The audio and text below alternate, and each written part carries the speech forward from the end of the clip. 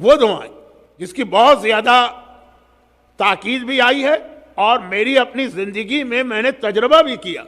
اب مثلاً اس میں سے ایک دعا ہے سورہ طلاق کی آیت نمبر 2 اور 3. آیت نمبر 2 کا آخری حصہ بالکل آخری اور آیت نمبر 3 پوری کی پوری سورہ طلاق. خیر الحمدللہ ہمارے لیے پرابلم نہیں ہے، لیکن بعض اوقات ڈر لگتا ہے نا کہ کوئی خطیب کوئی ذاکر کسی بات کی اہمیت کے لیے اس کو ذرا ریپیٹ کرتا، تو کہیں سورہ طلاق کا نام 3 مرتبہ لے لوں تو وہاں میری بیوی کو طلاق ہو جائے. لیکن الحمدللہ ہم ان چیزوں سے محفوظ ہیں. سورہ طلاق سورہ نمبر 65 آیت نمبر 2. اور یہ وہ آیت ہے عموماً مراجع فتویٰ دیتے وقت کلیئر کٹ بات کرتے ہیں حلال حرام واجب کرنا ہے نہیں کرنا. اس کے لیے کوئی آیت یا حدیث لے کے نہیں آتے ہیں، لیکن یہ والی آیت اللہ سیستانی سے جو ایک کتاب آپ کے لیے لکھی گئی ہے code of practice for Muslims living in the west, اس کے اندر جب ایک نوجوان نے یہ سوال کیا کہ میں یہاں پہ آیا ہوں ویسٹ کے اندر اور میرے پاس کوئی جاب نہیں ہے، تو ایک سپر مارکیٹ کا جاب ملا ہے اور وہاں پہ مجھے جو کیش کاؤنٹر پر بیٹھتا ہوں تو بعض اوقات شراب کی بوتلیں بھی آتی ہیں، تو اس کا حساب کتاب کرنا ہوتا ہے، یہ جائز ہے کہ نہیں جو میرے جاب کا 5% بھی نہیں. تو انہوں نے کہا کہ حرام ہے. بہرحال شراب سور کا گوشت اس میں تو کوئی کمپرومائز نہیں. کہا کہ حرام ہے.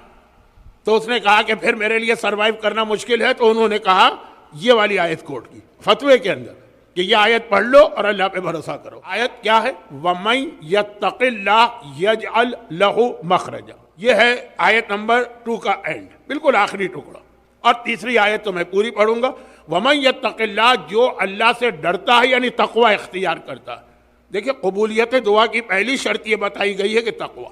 جو اللہ سے ڈرتا ہے اور تقوی اختیار کرتا ہے یجعل لہ مخرجا، اللہ اس کے لیے ہر مصیبت سے نکلنے کا راستہ بنا دیتا. راستہ ہوتا نہیں، وہ مصیبت اور پریشانی آنا ہی آنا، اس میں کوئی بچنے کا راستہ نہیں ہے، لیکن یجعل قرار دیتا ہے اللہ اس کی دعا تقوی کے نتیجے میں ایک راستہ کہ جس سے مصیبت سے نکل جائے گا. میں ایک طویل عرصہ گزار کے آئے، مخرج تو آپ نے وہاں دیکھا ہی کہ جب آپ ہائی وے پہ جا رہے ہیں اور وہاں سے نکلنا ہے تو ایگزٹ جس کو انگریزی میں کہتے ہیں اس کو وہاں مخرج کہتے ہیں. تو اللہ ایک ایگزٹ بنا دے گا، ایک ایسا راستہ بنا دے گا اگر تقوی ہے تمہارے پاس. اس کے بعد آیت اب تیسری آیت وَيَرْزُقْهُ مِنْ حَيْثُ لَا يَحْتَسِبُ، اور تمہیں رزق عطا کرے گا ایسی جگہ سے تم سوچ بھی نہیں سکتے تھے کہ وہاں سے بھی رزق مل سکتا ہے، تمہارا گمان بھی نہیں ہوگا. اچھا اس رزق کے اندر وہ پورا فلسفہ آ جاتا ہے کہ رزق کسے کہتے ہیں. انہوں ہمارے اور آپ کے ذہن میں تو آتا ہے جو ہمارے گھر کا خرچہ چلانے کے لیے دولت ہے، لیکن کبھی اللہم ارزقنی زیارت الحسین، زیارت حسین کو بھی رزق کہا گیا، کبھی اولاد کو بھی رزق کہا گیا. یہاں پر ہے کہ اللہ رزق دیتا ہے یعنی اللہ تمہاری ہر حاجت کو پورا کرے گا اور ایسے طریقے سے کہ تم سوچ بھی نہیں سکتے ہو کہ یہاں سے بھی میرا مسئلہ حل ہوگا. وہ آدمی حل نہیں کر رہا، وہ اللہ حل کر رہا. یجعل لہ مخرجا. بہت سے لوگ کہتے ہیں کہ مولانا ہمیں کسی مسلمان حکمران نے تو وہ سہولتیں نہیں دی. یرزق من حیث لا یحتسب، اللہ ہے، یہ اللہ ہے جو ذریعہ اور سبب بنا دیتا ہے ایسے لوگوں کو کہ جو کبھی آپ کی طرف توجہ بھی نہیں دیتے. وَمَن يَتَوَکَّلْ عَلَى اللَّهِ، اور قرآن ایک اصول بتا رہا ہے جو اللہ پہ بھروسہ کر لے گا فَهُوَ حَسْبُهُ، اللہ اس کے لیے کافی. پھر اسے کسی کے دروازے پہ جانے اور کسی کے آگے ہاتھ پھیلانے کی ضرورت نہیں. دعا کے لیے کوشش اپنی جگہ ہے لیکن بھروسہ صرف اللہ. ان اللہ بالغ امرہ، جب اللہ کسی کام کا ارادہ کر لیتا اللہ اس کو پورا کر کے رہتا. ساری کائنات ایک طرف ہو جائے کہ آپ کو رزق نہیں پہنچنے دینا ہے اور اللہ نے کہا کہ میں تو دوں گا.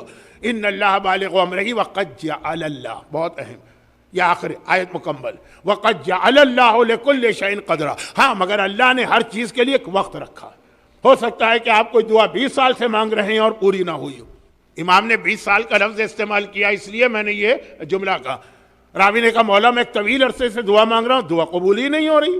پھر آدمی جب زیادہ عرصہ گزر جائے تو ٹھنڈا پڑنے لگتا، وہ جوش نہیں رہتا، وہ دعا میں کنسنٹریشن نہیں رہتا. امام نے کہا تم کیا ہو؟ موسیٰ اللہ کے معصوم نمائندے ہیں نا، 20 سال دعا مانگی کہ فرعون کے خلاف ان کو کامیابی ملے، تب اللہ نے ان کو کامیابی عطا کی. دعا مانگی تو خدا نے کہا میں نے تمہاری دعا قبول کر لی اسی وقت. نتیجہ آنے میں کتنا ٹائم لگا؟ 20 سال. تو دعا میں قد جعل اللہ لکل شیء قدرا، اللہ نے ہر چیز کی ایک وقت رکھا. لیکن مایوس کبھی نہ ہو، دعا پہ دعا مانگو اور ایسے ناممکن کام. مثلا ملک یمن کا ایک مشہور واقعہ ہے کہ یمن کے بادشاہ کے پاس دنیا کا ایک بڑا قیمتی موتی آئے. دستغیب شیرازی نے اپنی کتاب میں یہ واقعہ کوٹ کیا. بہت قیمتی موتی آیا. موتی جتنا بڑا ہوگا اتنا قیمتی اور جتنا صاف اور شفاف. اور ایسا موتی کی دنیا میں کسی کے پاس نہیں. آج کل بھی ہوتا ہے نا, مملکتوں میں کمپٹیشن ہوتا ہے, یہ چیز ہمارے پاس ہے تو ہمارے پاس اس سے اچھی مقابلہ ہے, سب سے بڑا پل کہاں ہے, سب سے بڑی بلڈنگ کہاں ہے, بہت سارے. یہ ہمیشہ سے رہا. تو بادشاہوں میں بھی مقابلہ ہوتا تھا. روم کا بادشاہ ایران کے بادشاہ کو, اور ایران کا بادشاہ چین کے بادشاہ کو, چین کا بادشاہ یمن. یمن بہت اہم ڈائنیسٹی, حضرت سلیمان کی شادی ملکہ بلقیس سے ہوئی اور بہت بڑی ڈائنیسٹی سے, بہت بڑی بادشاہ تھی ایک زمانے میں. مختلف بادشاہوں کے نمائندوں کو بلا بلا کے بطور فخر یہ موتی دکھائے جاتا ہے, اور اس کی حفاظت کے خیال سے یہ چیزیں رکھی جاتی ہے خزانے میں. لیکن خزانے میں بہت ساری اور چیزیں بھی ہوتی تھیں. حفاظت کے خیال سے غلام سے کہا گیا کہ تمہارا صرف ایک کام, ساری ڈیوٹی ختم, یہ موتی تم لے جا کے اپنے گھر میں رکھو گے. خزانے میں بہت ساری چیزیں ہیں نا, ہو سکتا ہے کہ کوئی چیز الٹ پلٹ میں یہ موتی گر کے ٹوٹ جائے. وہ غلاموں کی کیا زندگی ہوتی ہے پہلے زمانے میں, تو کوئی کام نہیں کرنا, ٹھاٹ کرو, عیش کرو, بس یہ موتی تم خاص اس کی حفاظت کے لیے. اور ہر 6 مہینے 8 مہینے کے بعد کوئی نہ کوئی بادشاہ کا نمائندہ آتا. ٹریولنگ اتنی آسان تو نہیں تھی نا پرانے زمانے میں, اور اس کو یہ غلام کو بلایا جاتا ہے, وہ بڑی احتیاط سے موتی لے جاتا ہے, واپس لے آتا ہے. ایک دن اسی طرح واپس لایا.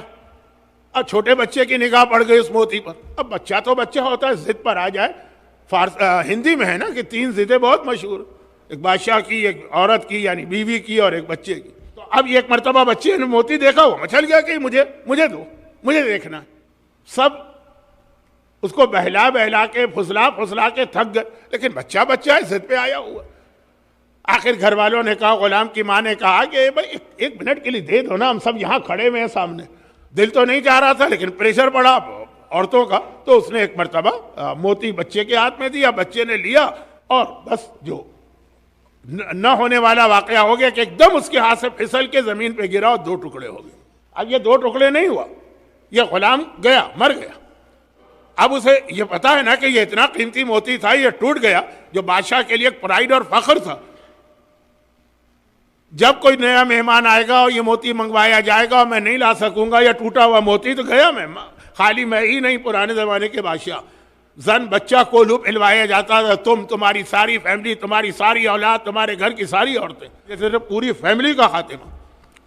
لیکن اب کیا کریں, بہت پریشان. بہت ہی قریبی ایک دوست نے دیکھا کہ چند دنوں سے بہت پریشان. ایک مرتبہ اس سے کہا کہ میں دیکھ رہا ہوں کہ اب تمہیں کسی کام میں تمہارا دل ہی نہیں لگ رہا, کچھ بتانا بھی نہیں چاہتا ہے کہ ابھی تو کسی کو نہیں معلوم. ایسا نہ ہو کہ میں نے بتایا, خبر پھیل گئی تو جو 6 مہینے بعد موت آنے والی ہے وہ آج آ جائے. لیکن بہت قریبی دوست تھا, محبت کرتا تھا, بہت پریشر ڈالا تو کہا کہ یہ ہو گئے. اس دوست نے کہا گھبراؤ نہیں, معصوم کی حدیث نقل کی کہ یہ آیت پڑھو, بڑی سے بڑی پریشانی سے خدا کہتا ہے یجعل لہ مخرجا, ہم تمہارے لیے ایک اسپیشل راستہ بنائیں گے پریشانی سے بچنے کا. یہ آیت پڑھو. امام نے کہا روزانہ فجر کی نماز کے بعد, ایک روایت میں 3 مرتبہ, ایک میں 7 مرتبہ. جب کوئی بہت مشکل پیش آئے, وہ ہنس دیا. کہا کہ اور کوئی چیز ہوتی تو سمجھ میں آتا, مثلا بیمار تھا, آیت پڑھتا صحت مل جاتی, جاب نہیں تھا, آیت پڑھتا جاب مل جاتا, اولاد نہیں تھی, آیت پڑھتا اولاد. ٹوٹا ہوا موتی آیت کی وجہ سے کیسے جڑ جائے گا؟ یہ آیت ہے نا, کوئی گلو تو ہے نہیں, اور گلو بھی ہو تو موتی تو ایک بار گیا تو گیا. کہا لیکن کوئی نقصان ہے آیت کو پڑھنے میں؟ کہا نقصان تو نہیں. تو کہا اور تو کوئی راستہ نہیں ہے تمہارے پاس, شروع کر دے. ابھی 1-2 مہینے گزرے تھے کہ بادشاہ کا میسج آ گیا کہ آپ میرے محل میں آؤ, موتی کے مسئلے پر بات کرنا ہے. اب تو جان ہی نکل گئی, موتی کے مسئلے پہ بات کرنا ہے. پہلے تھا محل میں آؤ تو ہو سکتا ہے کوئی اور مسئلہ ڈسکس ہو, لیکن بتا بھی دیا ایجنڈے پہ یہ. دل میں کہا خدا بندہ میں نے آیت شروع کی تھی, اور وہ موت جو عموماً 6 مہینے بعد آتی وہ 1 مہینے کے بعد ہی آنے لگی. بادشاہ کا حکم آ گیا تو کیا کرے, بہت ہی ڈرتے ڈرتے گیا. بادشاہ نے کہا وہ موتی تمہارے پاس ہے نا؟ کہا ہے. کہا ایک کام کرو, وہ موتی کو توڑ کے 2 ٹکڑے کر دو. ہاں یہ کیا کہا بادشاہ نے, کانوں پہ یقین نہیں آیا. بادشاہ کہہ رہا ہے وہ موتی توڑ کے 2 ٹکڑے کر دو. تو آلریڈی اس کے 2 ٹکڑے ہو چکے تھے, لیکن بادشاہ یہ کہہ رہا. گھبرا کے پوچھا کہ آخر میں نے جو سنا صحیح سنا؟ کہا ہاں. کیا کروں, میری 2 بیویاں ہیں نا, اور اب یہ کہ دونوں میں جھگڑا ہو گیا, دونوں کہتی ہیں موتی ہمیں چاہیے. اب میں کس کی بات مانوں کس کی بات نہ مانوں؟ بیویاں وہ ہیں جن کے آگے بڑے بڑے بادشاہ ہار جاتے ہیں. سمجھ میں نہیں آتا. ایک ہی طریقہ ہے کہ اس کے 2 ٹکڑے کر کے ایک بیوی کو دے دو، دوسرا ٹکڑا دوسرے بیوی کو، اس طرح میرا مسئلہ حل ہوگا. غلام نے دل میں کہا آپ کا مسئلہ تو حل ہوتا ہی رہے گا. دیکھیں اللہ نے کس طرح سے اس آیت کی برکت سے میرے اتنے بڑے مسئلے کو حل کر دیا. اور یہ عرض کر دوں دیکھیں یقینی موت، اسی کو میں نے شروع مجلس میں کہا نا کہ معجزے ہو جاتے ہیں دعا کے ذریعے. کہ آج کل بعض لوگوں کو جو کچھ اپنی ہاف نالج پر اپنے آپ کو مجتہد سے بڑا سمجھتے، وہ کبھی اس قسم کے واقعات سن کے کہیں گے بادشاہ کا واقعہ ہے نا، تو کوئی اتھینٹک تو نہیں ہوگا. اب آئیے 10ویں امام کے زمانے میں سیم واقعہ یونس نقاش کو پیش آیا. جا کے دیکھ لیجئے 10ویں امام کے حالات، سیم واقعہ. البتہ وہاں پہ دعا ایک اور بتائی تھی امام نے، جس کو ہم دعائے توسل کہتے. یونس اس زمانے کے ظالم حکمران متوکل کے زمانے میں تھا، نقاش تھا، وہ نقش و نگار بناتا تھا. تو ایسا ہی تھا کہ ایک بہت قیمتی یاقوت آیا اور وہ ٹوٹ گیا اور وہ گھبرا گیا، اور پھر بادشاہ نے بولا کہ یہی کہا کہ مجھے اس کے 2 ٹکڑے کرانا ہے. باقاعدہ پورا واقعہ 10ویں امام کے حالات میں اس کا نام ہے یونس نقاش کا واقعہ. تو دعا کی طاقت سمجھئے. دعا